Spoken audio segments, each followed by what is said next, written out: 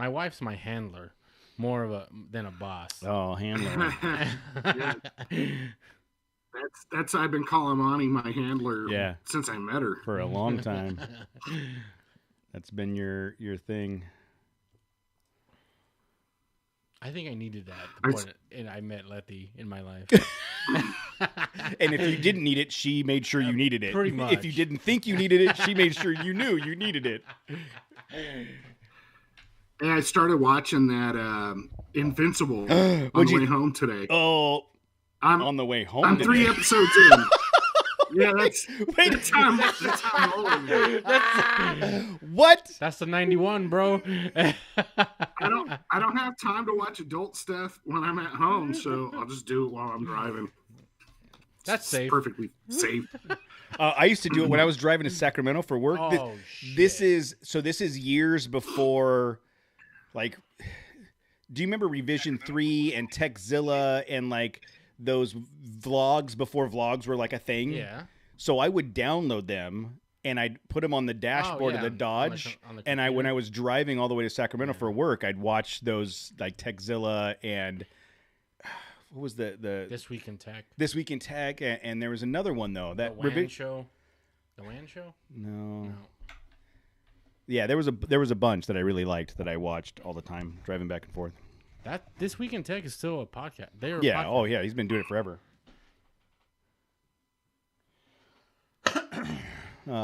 Tim Perry, Crawler Junkie. Dude, Crawler Junkie says he's sitting at the bar at Pirates Cove. F you, bro. F you. Turn the volume up. We're so I can winning, tell bro, everybody here to F you.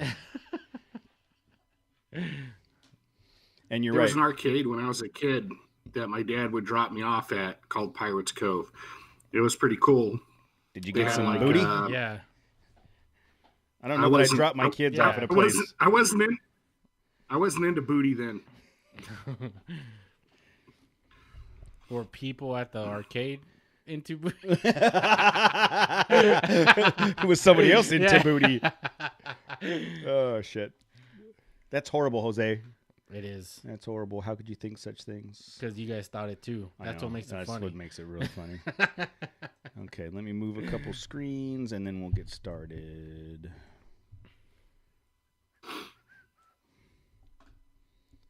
Oh shit! He says the volume's all the way up at the bar. Why would you do what that? What up, Pirates Cove?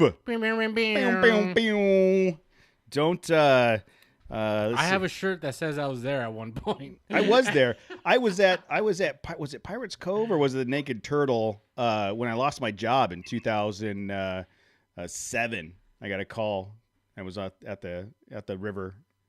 Hey, don't bother coming in to work anymore. Can you mail your laptop back? Yeah. When I get home from the river. That's what happens at the river. I got laid off on St. Patrick's Day. Oh, fuck.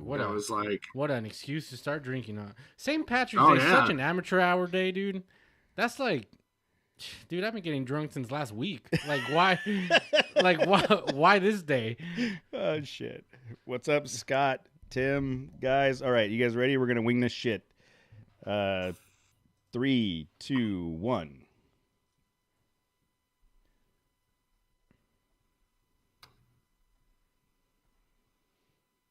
Hey, everybody, Monday night, March 29th, and this episode is actually going to be released on Thursday, April 1st, and I really wish we would have thought of something fun to do for April Fools, so we kind of dropped the ball on that madness. We'll have to do something funny.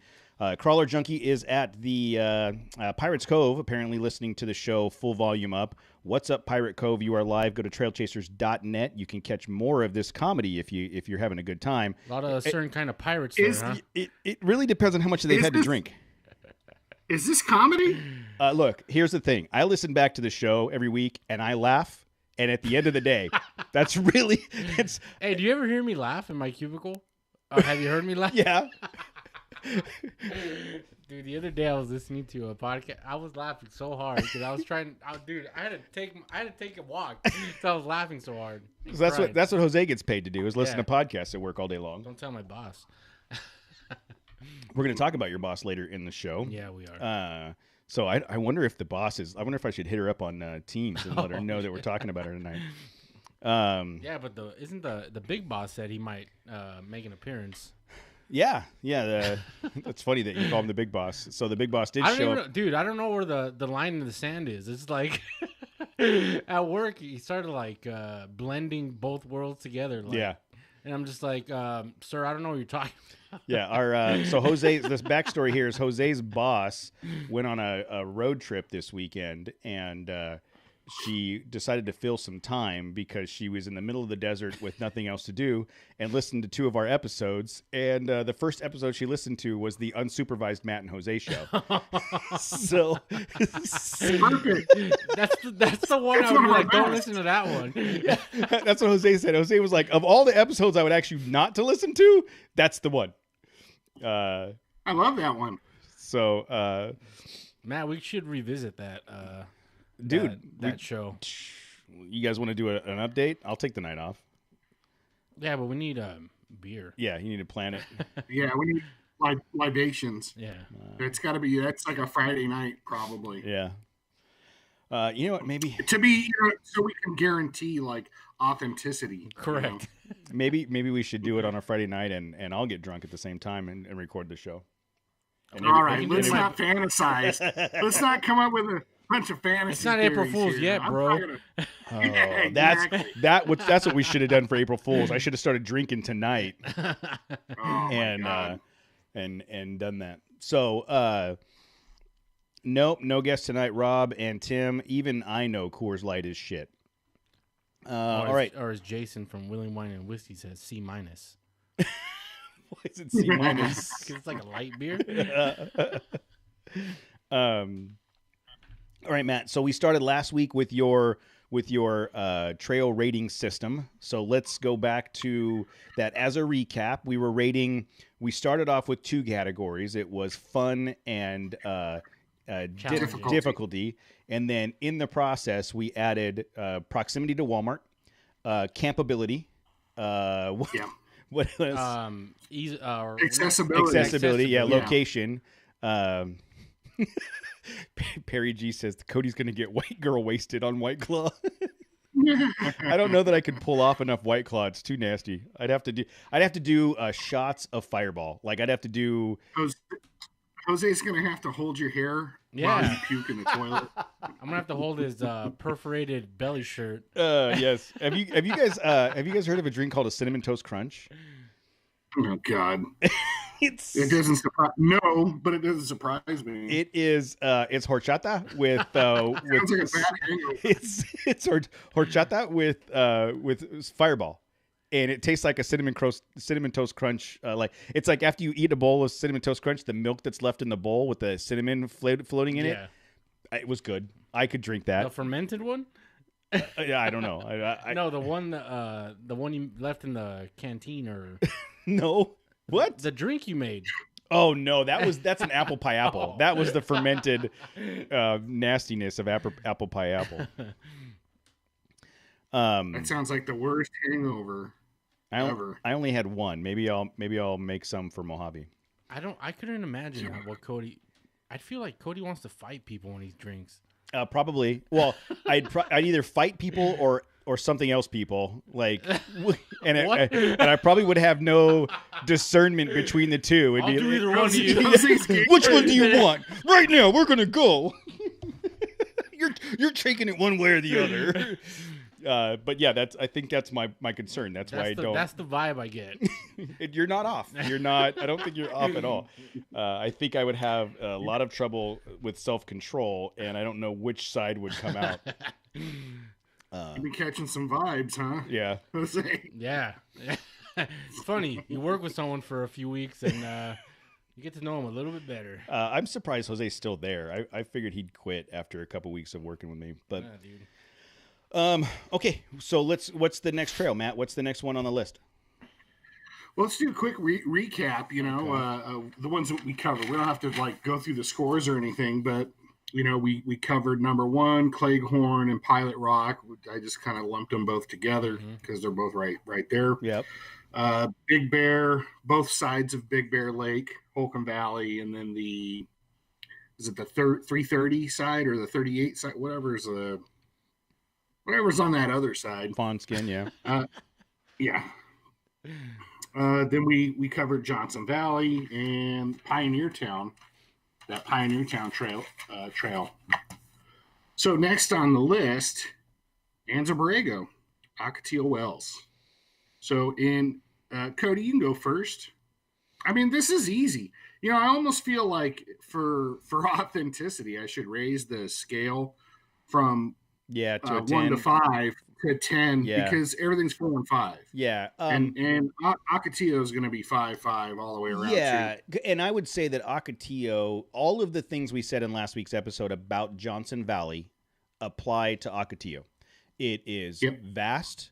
There is every bit of tooling around in a 2-wheel drive truck to gnarly ass rock crawling in canyons that you're going to wreck your shit on. That's one of the things I love about it. We have still, to this day, not made it all the way down to Superstition Mountain after 4 attempts. We always, I think the next time we go down there, we're going to start from the bottom and work our way up. But we've tried. That's how I usually start.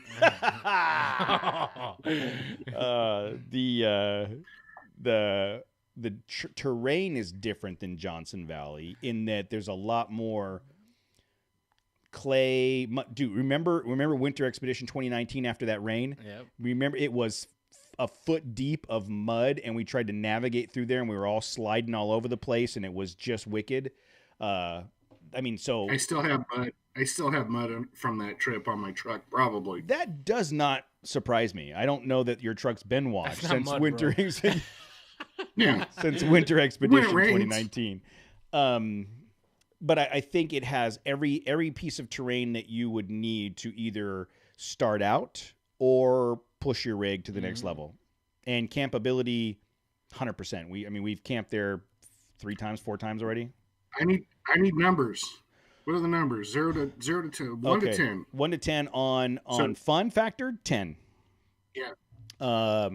On difficulty factor, 9, because even 8, even if in its most difficult trail, I still don't think it's as difficult as the hammers.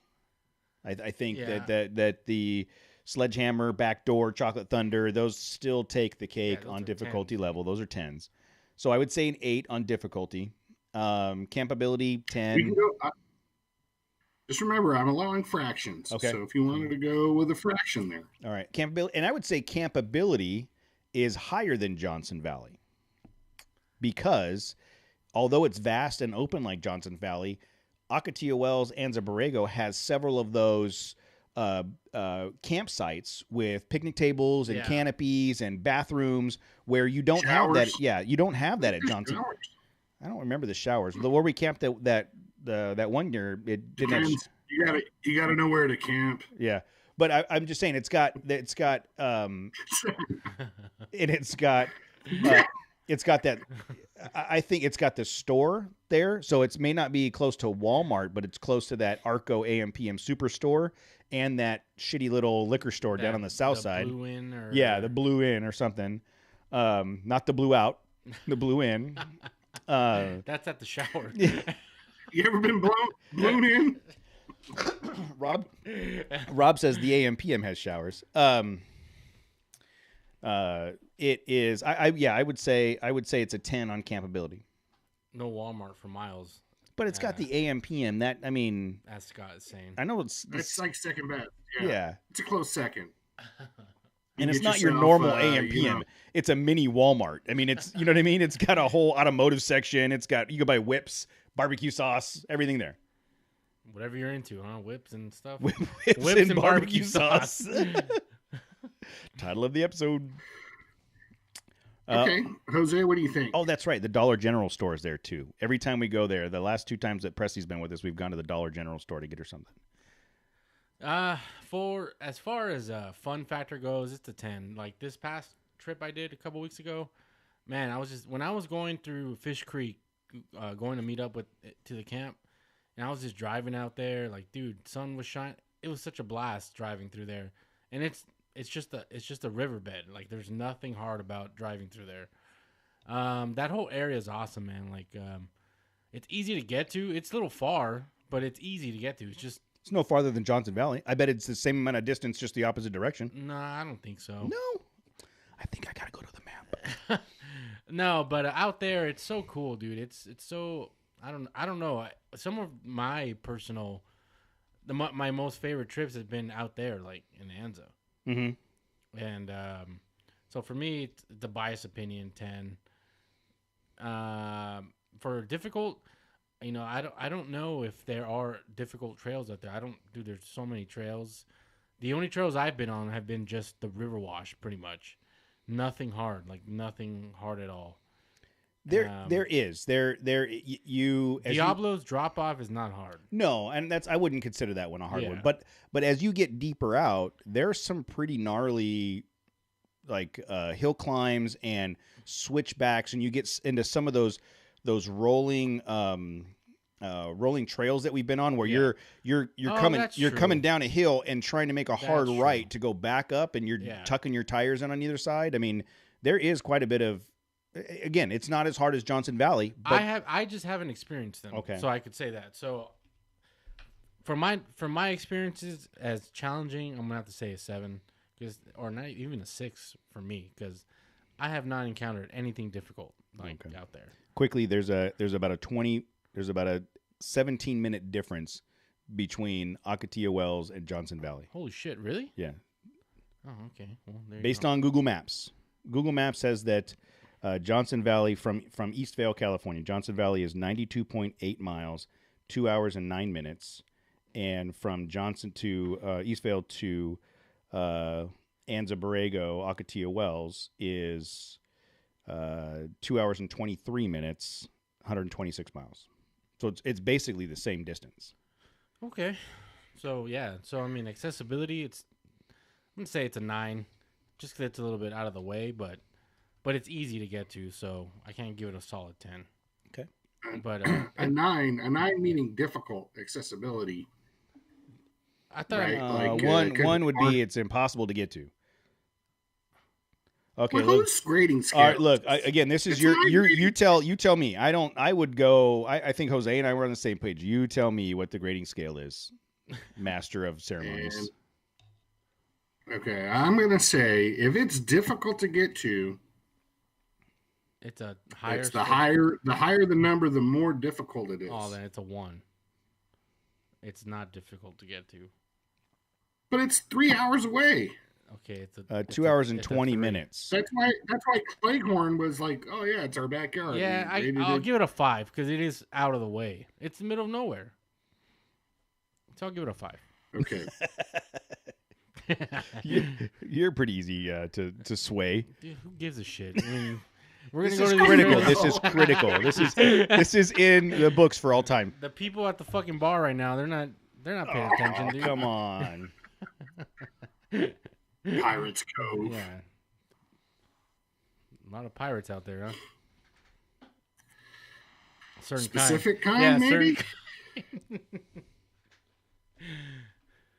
Can you still say stuff like that? I don't think so, huh? You can say whatever you want. I'll just bleep most of your conversations out. No, I'm saying just in the general like public. Can you still say comments like that? I don't know what you're referring to, sir. I was not paying attention because I don't need a lawsuit. Right. Okay. So what? Let's go ahead and move forward. Okay, so, what's the next one? Pretty much like tens as far as fun. We're looking at like 9s, 10s for camping, right? Campability is very high. I think Cody said 9. Jose, that's a 10, dude. There's 9. so many great spots right there. Yeah. Okay. And then difficulty, Jose, you said 6. Cody, 8. All right, that's permanent now. Okay. I use record. rating, That's in our lexicon. can't get rid of that shit. Next is Mojave Trail. It's a fun one. I mean, they're all fun. But so Jose, yes. What's your favorite part of Mojave? Obviously, it's not difficult. Wait, favorite part, or do you want him to grade it? Because you're like you're all over the place, what are you bro. asking You're of like, me? This is look, this is the mayhem that is my interviewing style. People don't care about, oh, I'm waiting for that number. Let's hear about what Jose thinks about Mojave Trail. Like, what's the funnest part for you? Okay. And then give me a number. Just a random 72. 72 it is. You fucked up, dude. Now it's 72 forever. For me, 72. for me, Mojave Trail isn't about the trail. It's about hanging out with the people that go and the campfire. Like, that's what I look forward to the most, because the trail itself, it's not hard. It's just a dirt road. It's just a straight ass dirt road. Like, you're not getting lost. But that's I've done it. But that's not the point to me. The point is getting out with, like-minded people, and then all the funny shit that you guys we talk about at the campfire at night. And, in that setting, because like Mojave Road, I think it's because it's not like a stressful, like, technical trail. You get to just enjoy the scenery more. You get to just let loose a little bit more at the campfire. Like, you don't have to worry about, like, breaking your rig and still having to get out of, like how people camp at the Rubicon. Like, people are like, oh, I still have to get out of here, But Mojave Trail is just like, it's just relaxing, fun. So 72. 72. And then as far as difficulty, Well, One, what's the scale? two. One One, is two. not difficult. 1, 2, 1. Okay. All righty. Code? I'm going to disagree with his 1 on difficulty. 3? Yeah, I'm going to go with a 3 because if you take that one hard section, right? That could be challenging. It's a long way. It's a long way to go for that. Hard. Yeah. It's a long way to go for 12 feet of difficult off-roading. I get it. But there are parts in the sandy areas right after just east of Traveler's Monument where if you're not on it, man, it's easy to get stuck. You could wash out, get stuck. You can you've got if you've got a 2-wheel drive, it'd be good to have a locker. If not, just momentum. If not, be up on your horse. Be up on your horse. But I do think think about a couple years ago when we had that guy in the tundra that came for the first time. He had never been wheeling before. By the end, dude, he was chasing everyone down. Yeah. At Baker's dump off. Or whatever we call it. The Baker wash. The Baker runoff. Baker flush. The Baker flush. Yeah, Baker flush. But think about that trail for him. That was probably a pretty intense experience at first. For sure, because you could tell he was nervous, dude, because he didn't even know how to air down his tires. Yep. But I mean, he asked. Matt helped him. I think, Matt, you helped him, right? Casey did. Oh, Casey did. I did. No, hey. No, it was Matt. Dicks. It was Matt. I helped him. Trying to take credit away. The one time I did something cool, you won't even let me have it. Matt's like, just pull this little thing in the middle with your bare strength, pull it out, and then just stick it back in with these bare balls. No, but I still remember. Dude, I remember the very first trail I took my F-150 on, like stock. Mm-hmm. Was it's called Sugar Pine Mountain. It's right here in San Bernardino. Yeah, it's just a dirt. It's just a dirt fire road. Like, there's nothing, dude. I was stressing out so much, but just because, like, going on dirt, if you've never done it before, like, you don't know what to expect, right? Mm-hmm. I didn't have any tools or anything. You were in a Ford, and I was in a Ford. I didn't know I was going to come home or not. But I could totally relate to how that kid was feeling that day. Yeah. Because it was his first time, big-ass truck. He's probably intimidated because he's with all the other people that know what they're doing. Yeah. We don't know what the fuck. Don't ever assume that we know what we're doing. Yeah, dude. But by end of day 1, he got a feel for his truck, and that trail allowed him to see what his truck can do. It is a confidence builder. Yes. Because while there's not a lot of inclines, it's a pretty even pace, but you've got the combination of sand, the hard pack in the wash in the Baker Flush. You've got that that road to Fort Paiute. Yes, like it's all the rocky, so right? You're getting used to the rocks. And then you've got that whole Joshua Tree section where it's rocking back and forth. I mean, We're not there's doing that this year, right? we have to discuss the route, but there's enough terrain to where if you're not familiar with your vehicle in an off-road setting, by the end of a 2-3 day run, you're like, wow, this does a lot more than I thought it could do, especially if you're in a group like us where everybody's like, yeah, just follow us, you'll be good. You know what I mean? So I think fun. Did we rate fun yet? 10? No. Jose did. He put it 72. 72. That's right, 72. I'm going to give it a 8 on fun.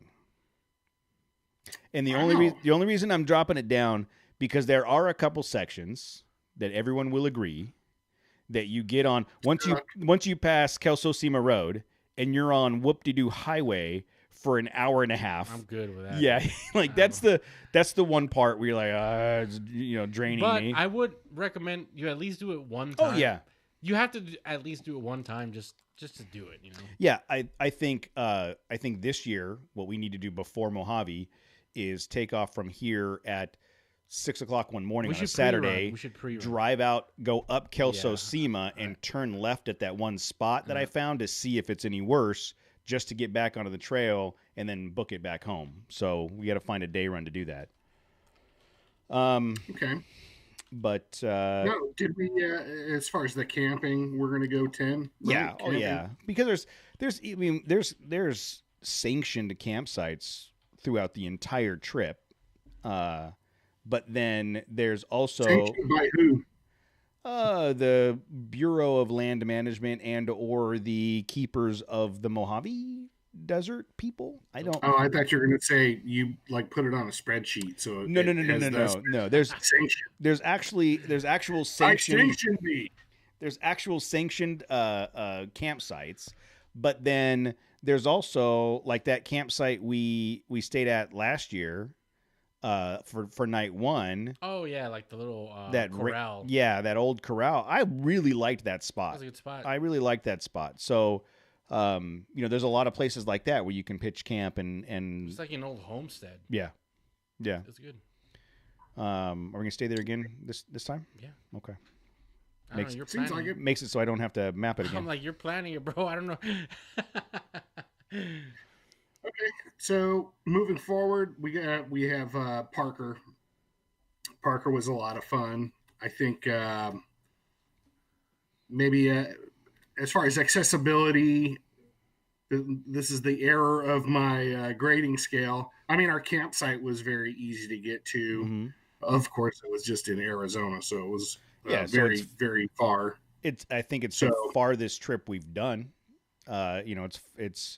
It's the farthest out we've gone on a Trailchaser sanctioned event, but it was accessible for Tim. It was easier for him to get to than anything. What I mean? That's true. So it'll rate very high on Tim's list.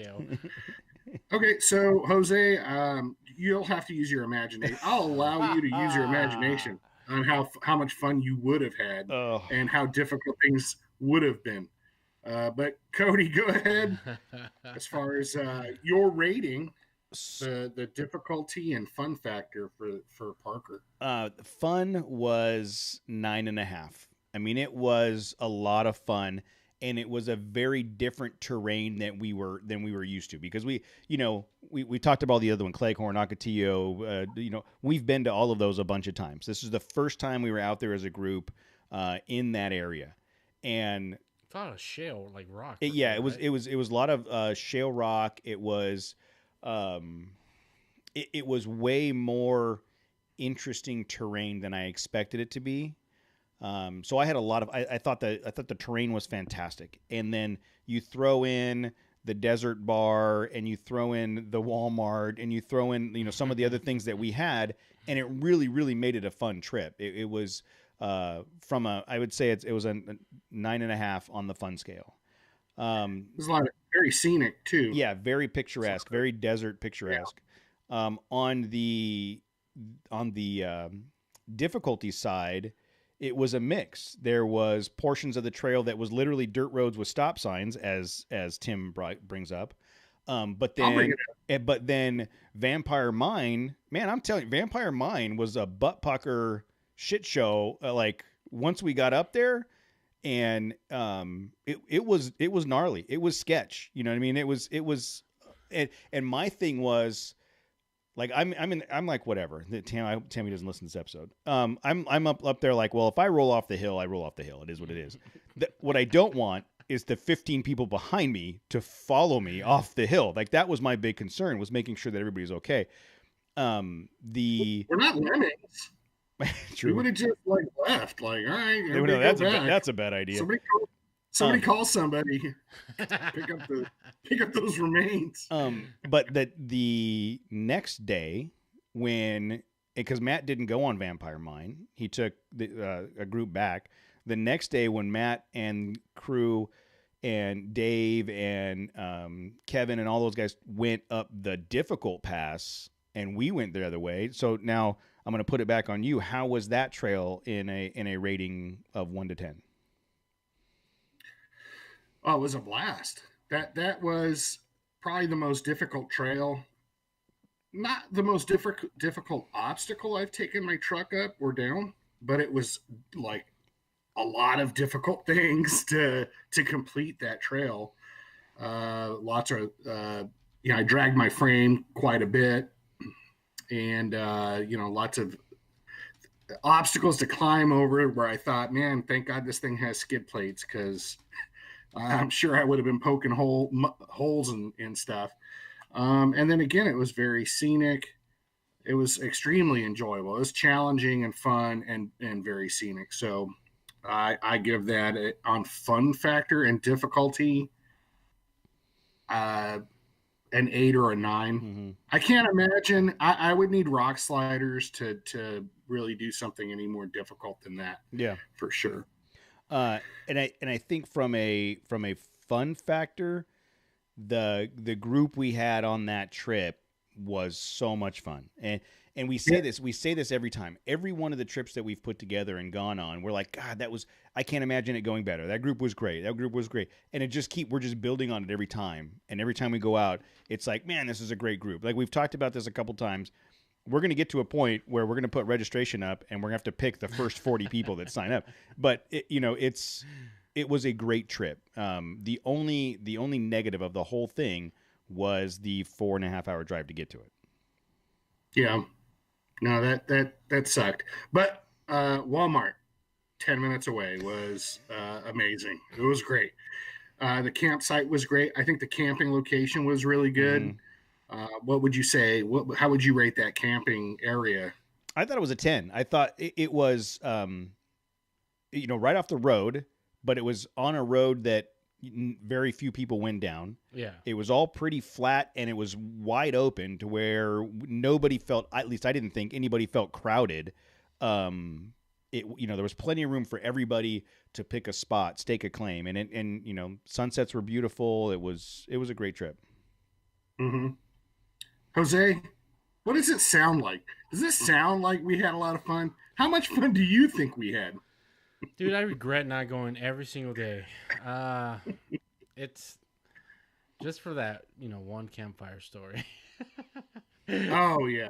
Oh, you know what? That's bonus points. I forgot about that. That needs to be a category, is past campfire stories on each one of these trips. I don't know. Well, I would have... Well, I mean, Cody. Cody. You listened to that one in Arizona, and then you listened to the one me and Matt and Casey were talking about Jason Priestley's hair. I mean, well, I think the I think the gummy bears take it, dude. Well, here's I disagree, Matt. I disagree because I think the gummy bear story was which had more shock factor. Yeah, the gummy bear story had more shock factor, which almost makes it expected for the campfire. Jason Priestley's hair and Mike Trout being the best baseball player for different reasons is like the dumbest conversation on the planet. Why would you have that conversation ever? This wasn't a conversation. This was a fight. It was an argument. This was I had to sit between them. That's what I'm saying. Like, At least the gummy bear story was like, dude, I got to tell you about this story, and everybody was like, yes, that's a great story. When you guys were arguing with Joe P about Jason Priestley's, from the least likely person. Yes, from a place where you didn't expect it. When you guys are arguing back and forth about Jason Priestley's hair and Mike Trout, and I wake up and I'm like, what is going on? We're arguing who had better hair, Dylan or Jason from again from 90210. Dumb. We don't need to talk about it any further. Hey, don't get me all fired up again, Jose. Yeah. Let's finish the list. Okay. Okay. So next up, Kessel Run. I mean, you guys didn't. Let me tell you about the Kessel Run. This was really great. Cody did a great job setting it up. Good kudos to Cody for getting everybody there. I wheeled up just in time. Everything was already set up. It was just, hey man, go have some fun with your friends. That was pretty rad. But I mean, we've seen, as far as wheeling that specific route, we've all done it a number of times. Yeah. So the camping, you're talking about the final campsite on our Razor road trips. Typically, I think from here on out, it's an amazing campsite, right? I think everybody really enjoys camping at that spot. That whole area is pretty fun to wheel. Part of me is wondering if we should go on the way to Laughlin, if we should go up to Razor Road, throw up the canopy and some like ice chests at that campsite, then go out to Laughlin to make sure that campsite is available for us when we come back around. The people that will be taking that campsite won't care about that. Yeah, they don't care about that. Or your coolers or anything. If anything, they'll drink the stuff that's even cooler. Yeah, that's they. I don't think they're like. That's not a weekend that people go. It's too hot. So I think we're safe. I mean, it was open last year, right? Yeah. Okay. What would you rate that camping? That's a 10, right? Camping, that campsite's a 10. Yeah, and kudos to you. You're the one that was like a campsite that you'd been using for a while. You're the one that found that campsite for us the first time. I love that campsite. It's big. Yeah, I've been riding there. Yeah, I've been riding there for 15 years, 20 years now. You got that really cool. It's fun just going to the punch bowl, just that, weaving your way through the bushes or whatever. You get into the big sand flat area, the entryway into the punch bowl. That whole area is a lot of fun. And really, you could make a whole day out of just wheeling around that area, just around that backside of the punch bowl. There's some cool stuff. There's like an old cabin back there. It's a really neat area. And then the Kessel Run itself is a blast. I mean, that's just haul ass, go as fast as you feel comfortable going, right? From what's the lava tube? Kelso Sima. Essentially I think it's Kelso Sima is where we cross over Kelso Sima to from there all the way to the monument is just a blast. So I give that a 10 myself. That's why I love my truck. Is it right now it's like set up for that, and it does it really well. Yeah, but difficulty, it's not. I don't think it's difficult. No. What would you grade your difficulty? Fun for that section. I think it falls in line with it's not Kelso Sima, sorry, it's Kelbecker Road's the one we crossed to go to the Kessel Run. It's not difficult, and you could probably do it in a stock 2-wheel drive. You could do it in a stock wheel drive. You're not going to go very fast. There is the sand area that you better be up and running on. But I mean, you did it in a stock Renegade the first year, so it's definitely doable in any 4-wheel drive. It's not overly difficult. A little bit of ground clearance doesn't hurt, and a big throttle. Scores. Fun. Well, I didn't actually run the Kessel Run, so other than our. But you've done. Okay, so based on non-Kessel Run experience on the Kessel Run, I would say it's a solid 8 because you're just hauling ass. You're just having a you go as fast as you can, and then shit starts flying out of the back of your truck, and you slow down. That's how you gauge. That's how you know. That's when you rip the anchors out of the toolbox that is strapped down in the back of your truck, you have gone too fast. That's how I know. Or when the high lift comes unhitched and is about to go through the back window, that's when you know you've gone too fast. I will give it an 8 as well. Okay. Camping area, you're a 10 Yeah. as far as that campsite. Yeah. Jose. And it's not very difficult. We're gonna say like a 3, 2 or 3 difficulty. Well, if you want to keep up, it's a 5. But if you're just going out to leisurely do it, it's a 2. Jose. I agree with Cody. What Cody said. Okay. I'm gonna give it a 10 for fun factor because that's like the funnest thing to do.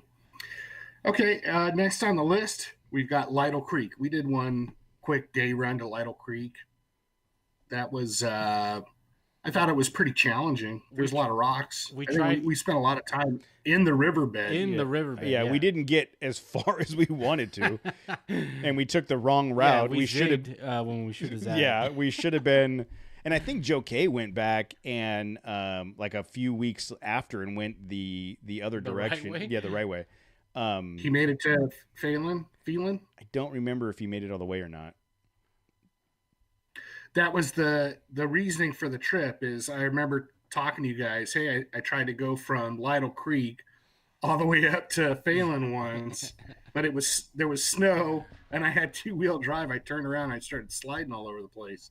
So I thought, let's see if we can do it. It was summertime or late spring, I think.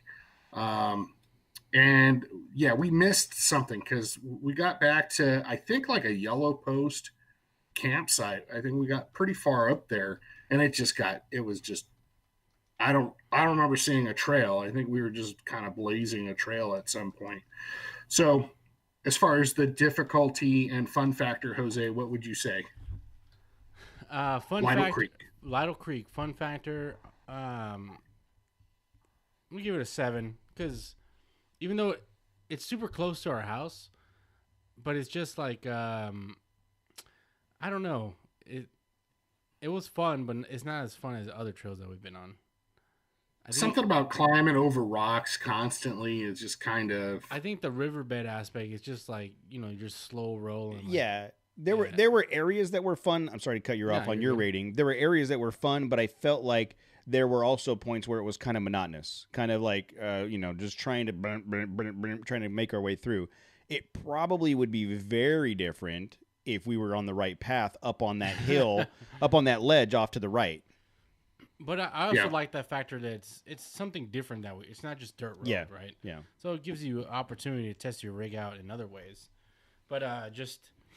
For me, it's cool, but it's not the funnest trail for me. But I wouldn't hesitate going again.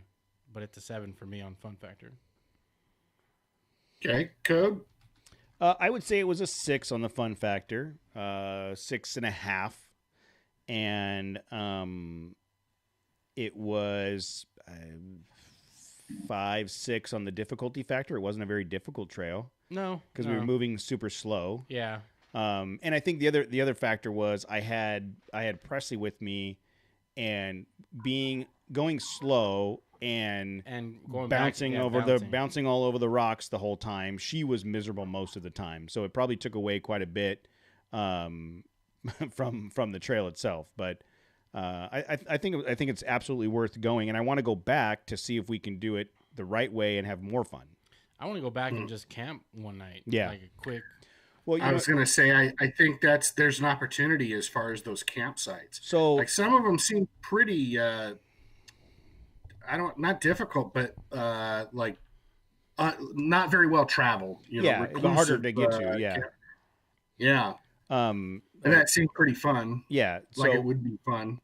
Adam, Groot Off-Road on Instagram, got a new Gazelle tent, and he and I were going back and forth about trying to do an overnight to test his Gazelle and take the girls because he's got a daughter that's about Presley's age, and they have a good time together. Dude, he keeps getting all this new stuff. Where's he getting all the money from? I don't know. I got a text message from Adam this afternoon that said he acquired a new some parts that he's been looking forward to getting for a while, and that wasn't cheap. And so apparently after your Akatia trip, after my conversation, after the someone. Akatia trip, somehow he's got expendable income. I don't know what the correlation is, but yeah, I think Lytle Creek would be a great overnighter. You know, just a Lytle Creek is sorry to cut you off. Is a great place to test out your equipment. Like you can get your camping set up. You can figure it out there because it's not far, and you don't have to go that far into the wilderness to make it seem like you're away from everybody. And it's definitely there's like that, you go back, you get off the road, and it's just like a dirt road for a couple of miles. And once you that first crossing of the riverbed, and you kind of go around a ridgeline, it's like you just turn a corner and you're immediately like off the grid, because you're in that. It's like a giant canyon, where mountains on both sides. It really makes you feel like you're far away from the city when in reality you're 15, 20 minutes, from the highway. Yeah. And what we've never explored, but I mean, as a group, but I've been up there. There's a couple RV and like campsite places. There's one called Mountain Lakes. My ex-father-in-law had a membership there, and they had a trailer, a toy pool behind, and they would go up there and just for the weekend and camp. And there's a bunch of places up there. To your point, Jose, like if you were trying to dial in your Overland setup with your kitchen and your fridge and the whole deal, you could go to one of these places, get a spot, and then you've got you can get whatever you need to get done. So, I think there's a lot of opportunities up there. You said he was a part of a group? It was a membership. He had a membership. Was there wizardry in that one? No? Any grand? Yeah, of grand nature? I'm sorry. He was of Hispanic descent, so he was not. No, I get what you're saying, that area has been known. No, he did not. We had both, Jose and I had both heard stories separate about that area. So it's not like we're making anything up. About the wizards up there. I don't know. I don't know what kind of spells they cast. A wizard is just a sorcerer without a hat. You heard that from Falcon. Yes, Falcon and the Soldier. Yes. Boo, boo, boo. Ba, ba, ba. That last episode was good. That was good. Okay. So yeah, I think it's a great spot. You should go up there and check it out. Okay, we got a couple more, and then that's the end of my list. Okay. It's a good list, man. This is a good list. Good job. Thank you. So, Cody, you've been to this location. I'm positive you have. I don't know if we have. It was a pretty popular spot. Jose, you and I wheeled there about a year ago, I think, as far as the time frame. El Mirage. We did the El Mirage, just a little day thing. Yep. I thought that was a lot of fun. It was going up into the hills. That's the kind of wheeling that I like, where the challenge is some hill climbs. Maybe they're rocky, and you get some wheels off the ground, but you're still climbing to like explore and finding some cool points of view. Or, I wonder what's over that mountain, and you crawl your way up it and you see something else like, oh man, I'm going to go hit that. So I thought that was a blast. What was your impression of that area? Fun. I had a lot of fun on that one. That was 8.5 for me. It was really fun. There was some technical stuff there because I remember you almost rolled. Yeah, I had just gotten my lift and tires on, and or my new tires. Yeah, new tires. Yeah, and I wanted to hit this like section, and I'm like, I think I'm good. And Matt's like, dude, your tires are like about to come off the ground because it was like a 45-degree slope. But no, it's there, man. If you want, you can get in trouble if you go looking for it there, for sure. Yeah. But I think if you hit that spot with momentum, you would have just cruised right through it. probably. But because you were like tippy toeing through there, it just enhanced that potential for tippage. What's crazy, it didn't even look that bad. Like, you're No, standing there like, dude, I wouldn't even have thought about it. If I was in front, I probably would have just kind of hit it. But I have lower profile. Yeah, that's true. Actually, my truck's wider, and I got a couple more inches now with the footprint. Hey now, thanks, Icon. That should be an ad. Maybe that's the name of this episode. Get yourself some more inches. Talk to Icon. You want more girth? Are you lacking girth? Icon. We stage. provide girth. Yeah. We got the girth for you. Anyhow, yeah, I really enjoyed that too. I'm going to go 8.5 as well. And, as far as the camping, you can camp anywhere there. I don't know if it's necessarily that cool. It's kind of, it's more of like a recreational camping. Like it's kind of just to me, it was just like a parking lot where you can park and camp. Mm-hmm. Yeah. It wasn't like anything scenic. So as far as camping go, I wouldn't want to camp there. Yeah, I've been there before, Matt. Yeah, but it's been a long ass time, so I'm not going to give it a rating because I don't remember. But what I do remember is you've got the El Mirage dry lake bed. It's like, and it's just giant flat area, right? Yeah. I mean, it's not like there's nothing. You're just out there in the flatness right? Yeah, I mean the trails, the trails that we went on, like it was a cool overlook to the riverbed.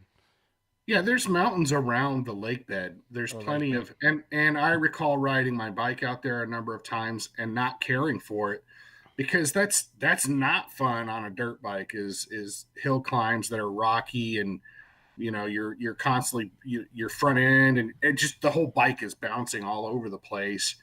The falling in sand, as Cody you've seen, that's fine. That's like falling on a pillow. Falling on a rocky trail and then having to go get your bike pick it up off the pile of rocks or whatever, that sucks. Yeah. So anyhow, there's plenty of stuff like that around the perimeter. There's miles of trails that are much funner in a Jeep or a truck. So and then obviously I agree, that's like the lake bed. I mean, there's people race and do, I think they do like time trials and stuff like that on the lake bed. I think it's like 7 miles long, so you can really get up to however fast you want to go. I still would need a longer runway to get my top speed. For Jose, it's 25. Jose got up to 25 miles an hour.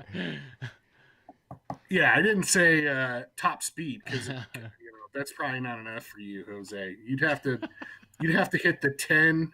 The 138. I'd have to get on the 138, dude. Floor it. Take an off ramp. Yeah. Somewhere in Texas, I was gonna say, and just for days, just floor it. But I wanted to ask you guys real quick. It was great. That technical riding on a motorcycle and stuff like that. Do you gain skills that translate onto if you're really good at riding those kind of rocky terrain trails on a motorcycle? Do those skills transfer over to like the go fast stuff, like on a riverbed or something like that? Yeah, I'll let Matt go second because his is going to be more insightful. But I would say no, seriously, because Matt's a better rider and has been doing it longer. I would say yes because I came to riding dirt bikes after years of wheeling. Yeah. And knowing like it's a completely different line, but the understanding of how you have to pick a line helps. Like understanding like if I'm in my truck and I'm going to go up this hill, I'm looking at where the footprint is of my 2 tires and I'm going to put this tire there and this tire there, right? And so in the bike it was the same way, but it's only 1 tire and you're looking, instead of looking for the biggest rock to climb your tire over, you're looking at the valley in between the rocks. Can I get through there? But I do feel like someone that does one has an advantage over on the other. Would you agree, Matt? Yeah, absolutely. I think I was going to say, when you were talking about picking lines, and you're visually, if you're four wheeling, I'm going to put one wheel here, I'm going to put the other wheel there, and you do it. If you're on a bike and you look at something in the trail, you're gonna hit it. Yeah. So look where you want to go. Yeah. And do it. There's a bit of decisiveness on a bike where you're just quick. You have to make quick, decisive decisions. You can't. If you ride scared, you're gonna get hurt. Yeah, and on a bike, the decision, the line you pick now may be different in 3 feet, because like in a truck, if you pick that line, there's not a lot to bounce you off of that line. True. If you're going on a fairly rocky path, you get kicked and you're now on the right side of the trail and you wanted to be on the left side of the trail. Well, guess what? You've got to come up with a new line. So your line on a dirt bike is only as good until you get knocked off the line. I think exactly. And I think another big thing that translates directly for me is engine braking. Mm-hmm. So driving it and having a 4-stroke, you get used to like going into turns, just letting off the gas and let that engine like pull you down, as well as the brakes, but that engine braking is a big thing. So I take that when I'm hauling ass in my truck. I'll leave it in second gear and run it up high in case something comes up. And so you have the engine to brake you as well as your wheels. It's just a little more ability to slow down. But I wouldn't have done that had I not. I wouldn't have known to do that had I not ridden my bike. And another big difference is, there was one weekend I had to ride a 2-stroke, which was that in itself is a whole nother world, because you cannot engine brake. That 2-stroke is not going to do. It's not going to pull you, slow you down as much. And my God, they're a lot more work to ride. Yeah. I mean, it's just, you're trying to work your when you hear somebody on a bike and you just hear that bing, bing, bing, bing, bing, bing, he's trying to hold the power band. He's trying to keep the motor at that where it's putting out the most power. Yeah, ask Jeremy McGrath. Oh wait, you did. Yeah. I did. And he was right. That's it. 4-strokes are cheaters. They're for cheaters. But I'll take that any day. And Matt, I would you agree that there's a translation between dirt bikes and trucks? Like when the ass end of your truck breaks loose, or when the ass end of your bike breaks loose, you can panic and overcompensate in both. Or you learn to go, hey, yeah, that's cool. My ass end broke loose. I'm good. Yeah. I'm just going to ride this for a while. Like those things translate. So when we're in, how I don't know, you've probably never broken loose in a wash because you can't go more than 45. But I have full-time four-wheel drive. I don't have in a truck that's got horsepower and speed. So you take off. You start. Sometimes your back end starts to come out on a turn or whatever. And instead of like panicking panic and push the brake and hit the brake or overcompensate on the steering wheel, on a bike you learn to float that. Like, okay, I'm good. I'm just going to ease back into it, throttle and get myself out. And that ability and understanding of, okay, I'm a little bit sideways, I'm going to throttle, and that's going to push my bike back out. But that's counterintuitive. It is, but it translates. Like you only do it once on a bike. You only lock the brake up once on a bike when you're in that position, and then it hurts too bad. You never do it again. So when you get sideways on a bike and you throttle out, it literally pushes the front of the bike where you want it to go. And so I've done that in the truck where I'm like, oh shit, and I just stomp on the throttle to get myself righted again, as opposed to trying to slow down or brake or turn. And I think those things translate. That's something you have to learn on a bike.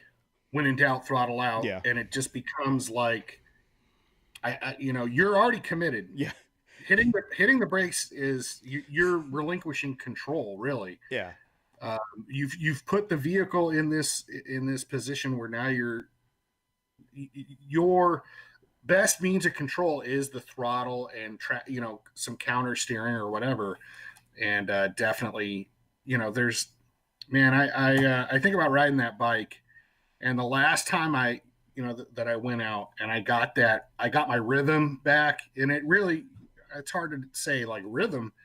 There is like a rhythm to it where you're feeling fluid, You're not thinking about the controls. You're just reacting to the terrain as it changes. Sometimes you're going through bushes, Yeah. because you came in a little too hot, maybe. But you kind of recognize what terrain or the trail that you're on, and okay, I know I can be in third gear through here, and I'm probably good. There's something like the one turn in this quarter-mile area that I'm gonna eat shit on. Yeah. But yeah, once you get into that rhythm and you're jumping and skipping through obstacles is the best. Yeah. And so for me, the Kessel Run is about as close as you can get. Agreed. In the truck. Agreed. It's a lot of fun. And going back to that throttle out, I learned the hard way that falling off the bike while you're throttling and the bike is going forward and you're going forward is way less painful than when the bike comes to an abrupt stop and you keep going. It's right. Because if the bike comes to an abrupt stop and you go over, you're breaking something. There's just no doubt because you're going to try to brace yourself, arms, collarbones, wrists, whatever. But when you throttle out and you're like, oh shit, I'm out of control, and you kind of mail the bike, well, at least the bike is mailed out away from you and you're falling with a different momentum. And again, I learned I was a shitty rider, man. I was not great, but and we have we don't talk about it much, but on the Trailchaser YouTube channel, there is some of the earliest videos we put up is Matt and I riding dirt bikes in Glamis. So those are pretty fun. Oh, there's I still go back and look at the one where I'm on my Suzuki and I'm wearing my Saints jersey. I watch it every once in a while too, just because it's so much fun. Yeah, I mean that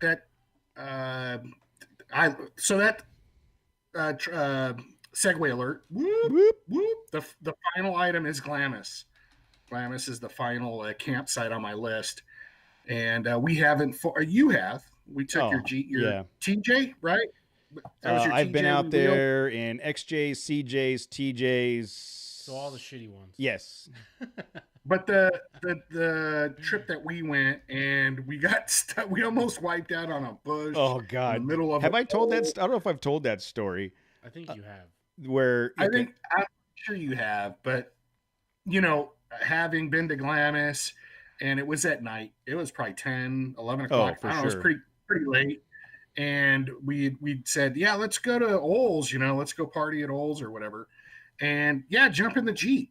And you just went straight into the dunes. Like, I think it's this way. And I'm all, dude, what are you doing? Let's just take let's just go around the way we know. Like, I don't think you're going to be able to get this Jeep there, and I don't want to get stuck. And I had 4 full-grown men in that Jeep.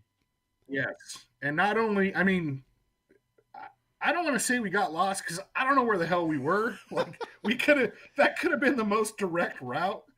It was because at the time, this is before tablets. I had my Garmin and I had it marked on the Garmin. And like if you pick a spot on the Garmin and it doesn't have a road, it just gives you a straight line.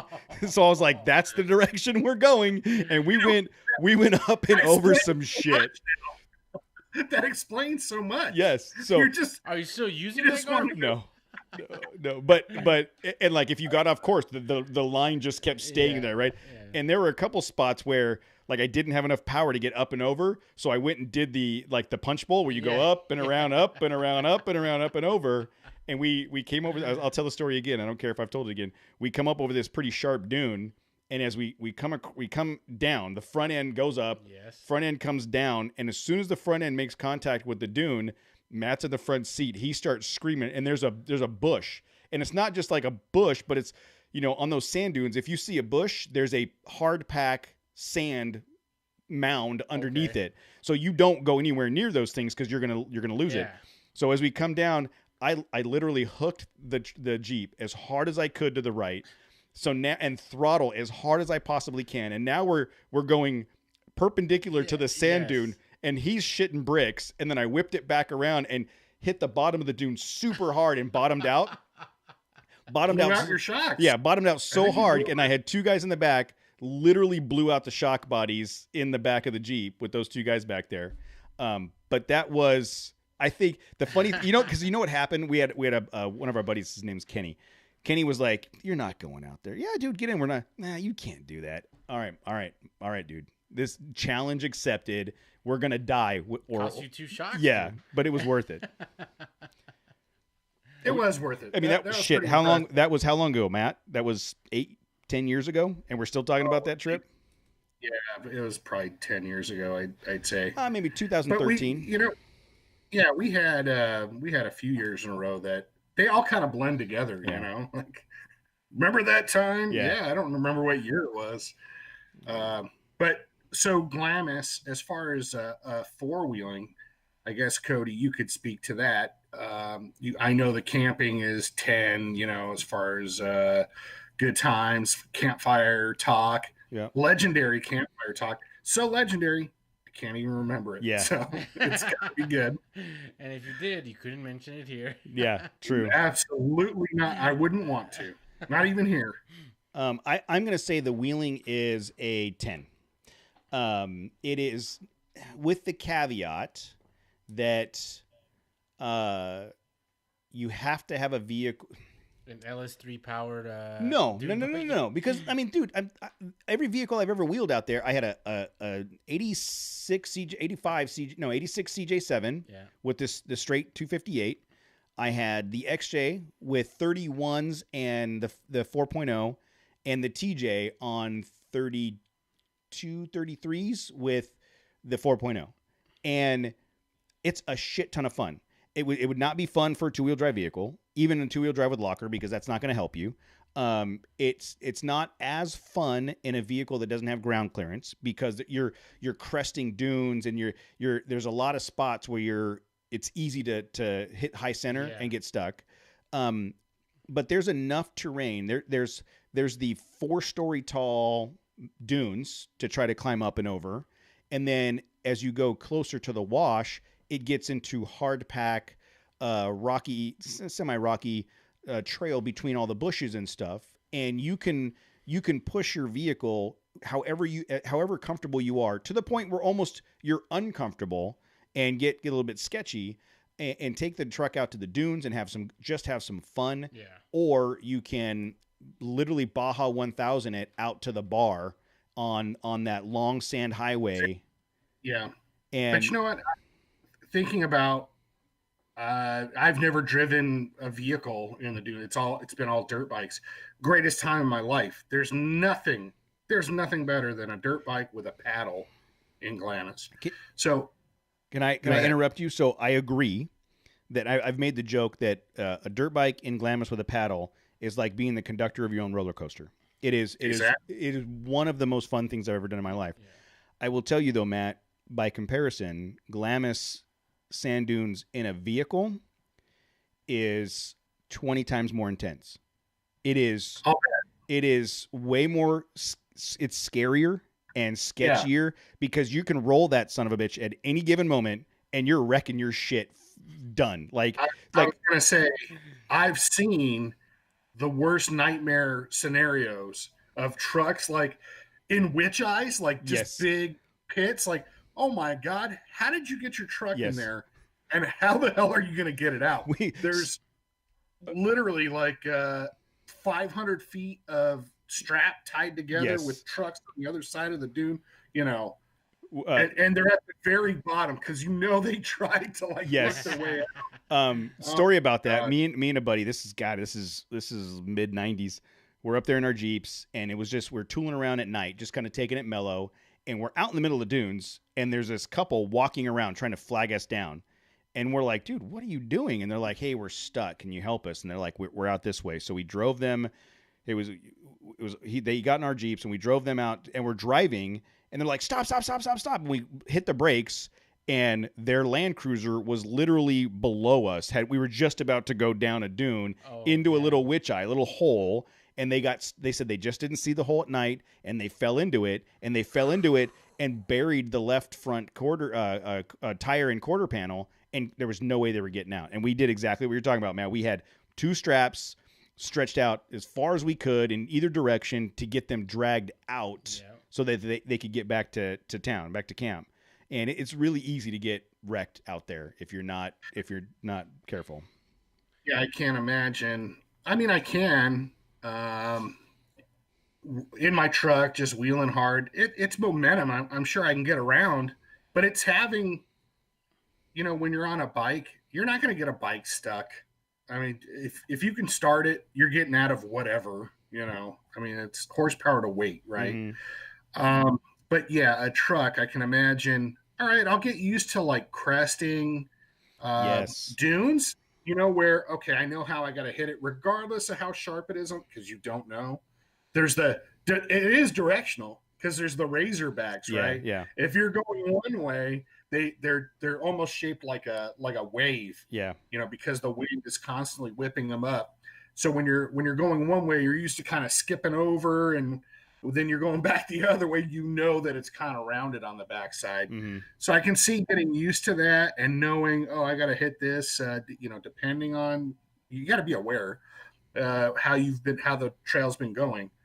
I can see getting my truck and getting a little too confident in cresting, and then getting caught in something crazy like a witch-eye, which I've jumped, like, oh my God, thank God I had enough momentum and I cleared that. Otherwise I'd have killed myself on my bike. In your truck, it's doomsday, And going back to Jose's conversation about the translation of the two, most of my dune time was in a Jeep prior to getting onto a dirt bike. So knowing how to crest, like you don't go straight perpendicular up over a dune, you come up, you ride the ridge. Like think about it, a Jeep, like no top on, you'd get up to the top of a dune and you'd look down over your left-hand side and go, yeah, I can make that. You'd come down to the bottom of the dune and then come up and over and crest it, right? So similar path on a dirt bike where you come up to the top and the tire of the dirt bike's 3 inches wide and you could literally ride on an edge before you drop down in. Like I learned that from off-roading. I learned a lot about the momentum and when to stop, when not to stop, and the fact that if you don't make it up, like we used to do this all the time in the Jeep, you'd try to go up a dune and you can feel it bogging down, and as soon as you feel it bogging down, whip the steering wheel as hard as you can, burn out, and turn around and head backwards with power, and you're fine. You won't get stuck. It's when people start to bog out and they keep trying to go straight, and now they're hosed because they've buried themselves at a 45-degree angle. So learning that on a dirt bike was the same way. Like you could feel the bike, kunk, kunk, kunk, kunk, kunk. Well, I'm going to whip it around and I'm going to go back down. I'm going to grab a different gear and head back up. And those things do translate. Yeah, definitely. Momentum is your greatest ally in the dunes. If you keep your momentum going, you'll be all right. As soon as you start losing it, you better start looking for downhill somewhere, a downhill route. Without a doubt. There was, I don't know if I sent it to you guys. There was somebody had sent me a message recently. I'm going to try to find it. Where was it Dave Hernandez? Yeah. So Dave Hernandez sent me a video of a couple razors in what looks like Glamis. Razor is buried, stuck, and a Geo Metro comes up over the hill and passes him. A stock Geo Metro. Just talk about momentum, right? So this guy got to the top of the crest and wasn't going to make it and just stayed on the throttle and buried himself, as opposed to stopping and then pushing himself back down or something. And so as they're trying to get this razor, this 4-seater razor dug out, this stock Geo Metro just blows right by him on the dunes. It was hilarious. That's funny. So I'd say, camping 10, difficulty equally, like it's as difficult as you want to make it, right? Except you're not climbing hills or, rocky terrain. It's all right. Try and take your truck up, Olds Hill or something. I don't think the China Wall you could do I'd be shocked. You know what? I'm not going to say I can. I'm going to say the Ranger would have a way better shot than the Jeeps ever did. Yeah. Well, when are we going? We need to put this on the calendar. When are we going to Glamis? I've never been. I know. When are we going? Like Matt and I used to go every year the weekend after President's Day. That was like our annual guys trip, and it was just guys on that trip, and it was 4 to 5 days, and it was like looked forward to it every year. And then we stopped. When are we going, Matt? It would have to be fall. we're past the you don't want to do it in the summertime. No, yeah, that was the thing about February. You go in the second, third week of February, you're wearing shorts and a t-shirt. It's too hot already? No, it was perfect. Right now. Right now it's going to be. It was 90 in Eastvale yesterday.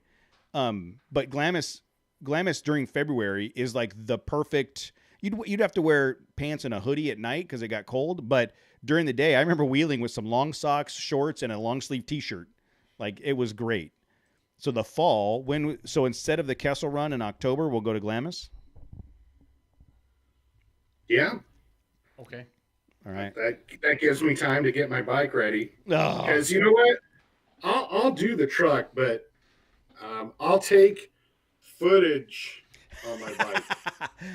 I think the Kessel Run in October. The Kessel Run can be anywhere we want to go that's fast, because you could do the Kessel Run from Gecko Road to the bar, right? I mean, that is a balls out desert trip. Like, we'll meet Jose there. Yeah. Jose, I'll be waiting for you guys. If Jose rides my bike, he could probably keep up. Well, he keeps saying he's going to have a Mojave by then, but I don't believe him. Dude, if I were to get on your dirt bike, I'd yard sale that thing. Oh, it's so bad. So bad. It's already been yard sailed like a bunch of times. I've seen Cody do it a bunch of times. Yeah, you can watch video of me yard sailing it on the YouTube channel. There's the beginning of one of those that video. Matt I'm at the coming on the top of the hill, and I roll off the bike, and then Matt's trying to make fun of me, and then as he's coming up the hill, he falls. Well, I tried to stop and see if you needed help. But then I had too much weight on the wrong side of the bike, and it just it's going over. Yeah, it's going. That's the best part about riding bikes in Glamis is you're like, guess what? I'm about to fall. Yay! And you just as long as you're not. The one time I hurt myself in Glamis, I was on somebody else's quad, and it was an automatic, and he wanted to ride my bike, so he's like, here, change me on this quad, and I came to the top of a dune, and I went to grab clutch.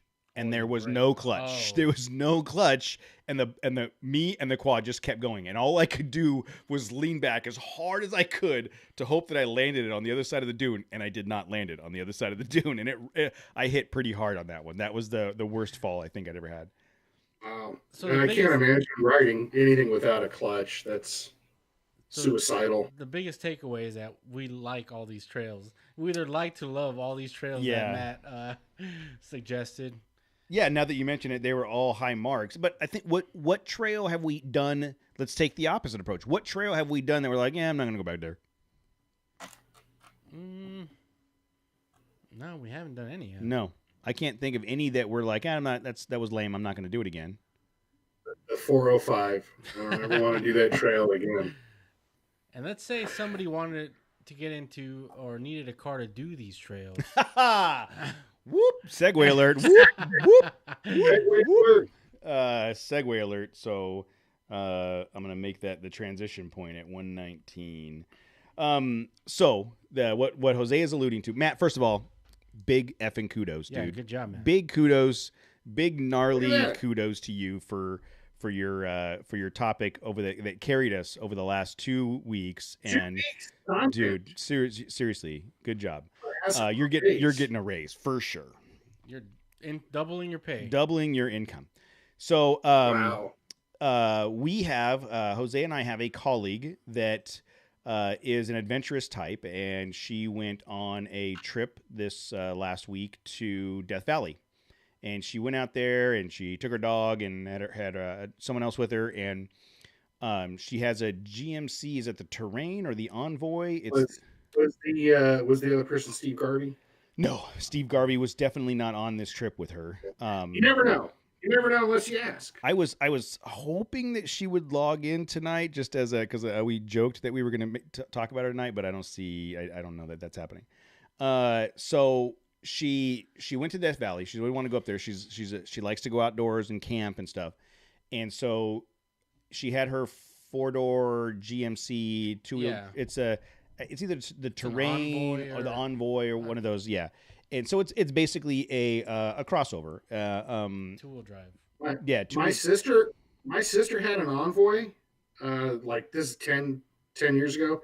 That thing was awesome. 4-wheel drive. It got into the punch bowl. I mean, that thing was I was really impressed with that thing. Yeah. But this is a 2-wheel drive. It's a 2-wheel drive, yeah, and I think it's so she went out and as they were tooling around Death Valley and the areas that they were staying, she ventured onto some dirt roads and she was having some fun, and she was talking about there was other roads she wanted to go, but she was afraid. She wasn't gonna take her 2-wheel drive vehicle. She'd never been off-roading. So she felt like when she came home, she felt like she missed out on some stuff. And today she's like, I think I need a 4-wheel drive vehicle. And I got super excited. I yelled at Jose across the office, made him come into my office so that we could have a conversation about this.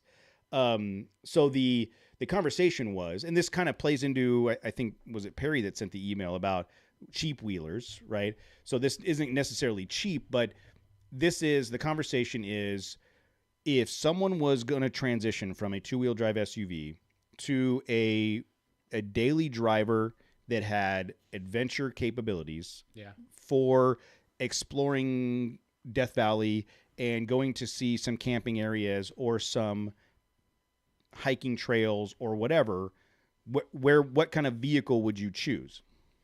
This is the same conversation. Well, actually, I think you framed it right. But we always have this conversation, like bang for your buck or whatever. I think the question is, what would you get if you were her and you were going to buy something to just check to see if that was something you liked? You know what? I do like 4-wheeling. That doesn't mean you have to wheel that for the rest of your days. It's just, this got, again, like the Renegade. Yeah. The Renegade got me out into the dirt, and it was a lot of fun, but at one point it was like, well, this is limited, and I think I found those limits and went, okay, back to my wife you go. Yeah. And I think the caveat to this one though, Matt, is that it is primarily a daily driver.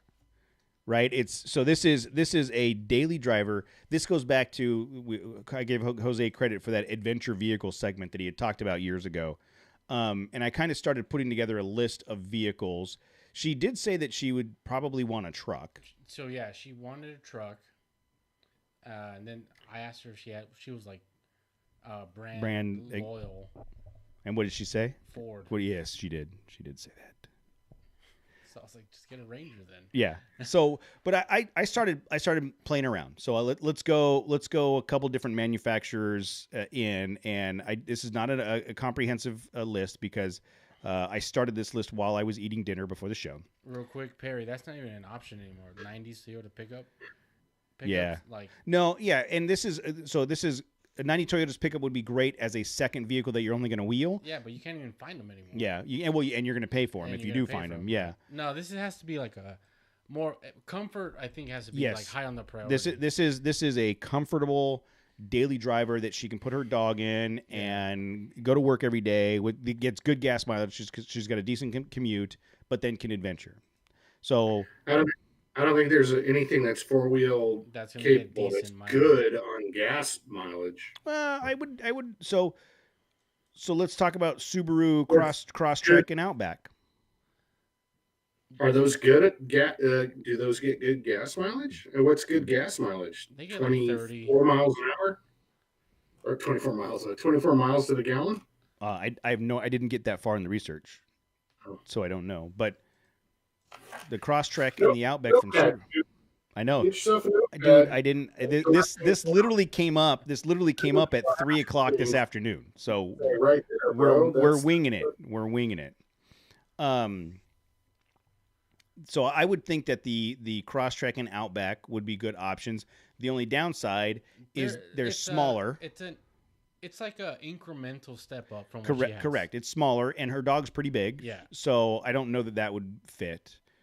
And I'm kind of going in a random order based on what I have. Land Rover, the Discovery, and the Evoque. Now the Evoque is smaller, so it's probably not. It's probably smaller than the car she has now. But this Discovery, I found on CarMax, you can find a couple Discoveries for 20 to 30 grand. Yeah. Affordable. Yeah. Like you wouldn't think people hear Land Rover like, dude, I'm not rich, right? But you can find like an LR4. So that's the that's the last like good one they say that they built. Mm-hmm. Those are. Isn't there like a reason why they're affordable used? Because my opinion of them is they're just garbage, right? They're not very. I don't think that they're garbage. I think that they're known for gremlins. They're known for having random issues. Well, are gremlins good in cars?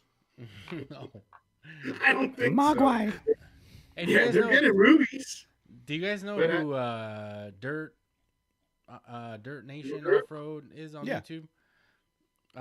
So he just bought a Tacoma, a brand new one, and dude, he's having all kinds. That's a shame. He should have done that. All kinds of electrical issues. Yeah, I wouldn't be surprised. If there, I would recommend right off the bat, because she has a big dog. I want to say it's a shepherd, like a German shepherd. Yeah.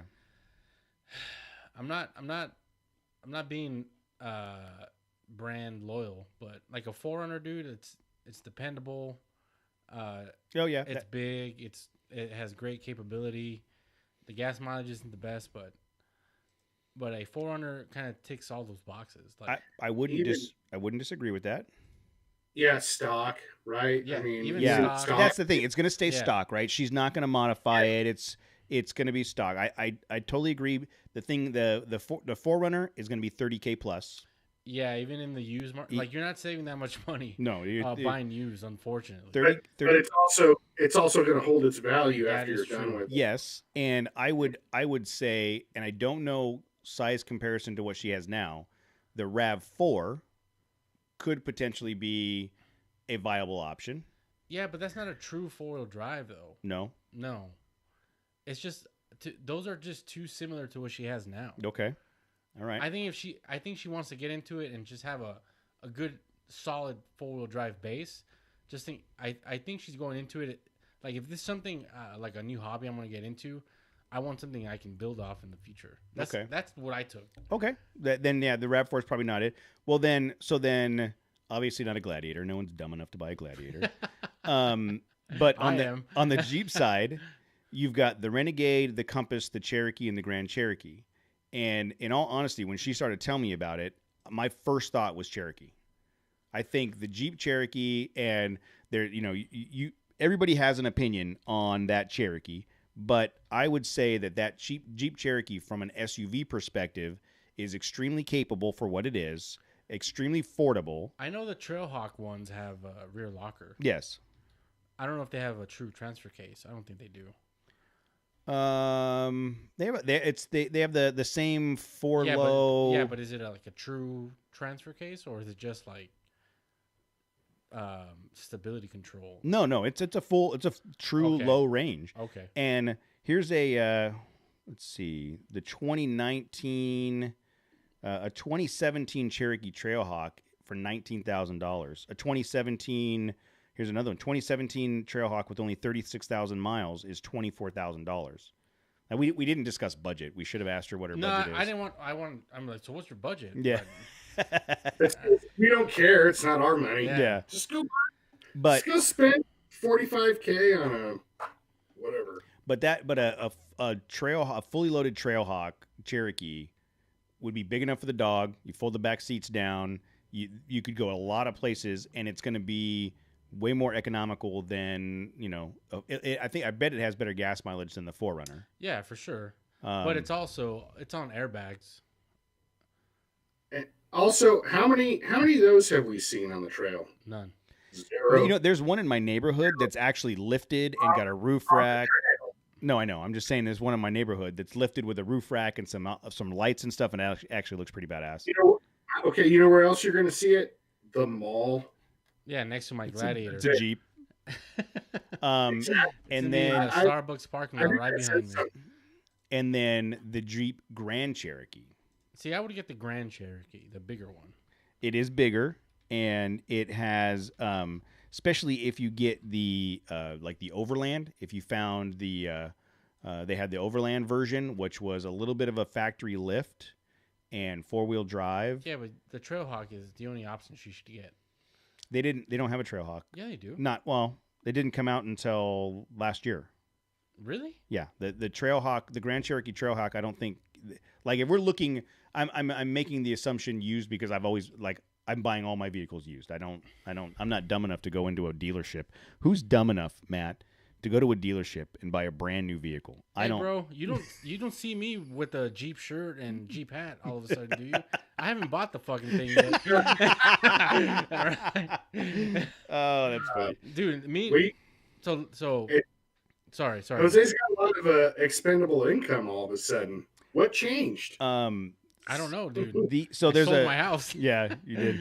So there's a 2011 Grand Cherokee Overland for $21,000. That's too old, dude. I know, but I'm randomly on CarMax. God damn, don't give me shit.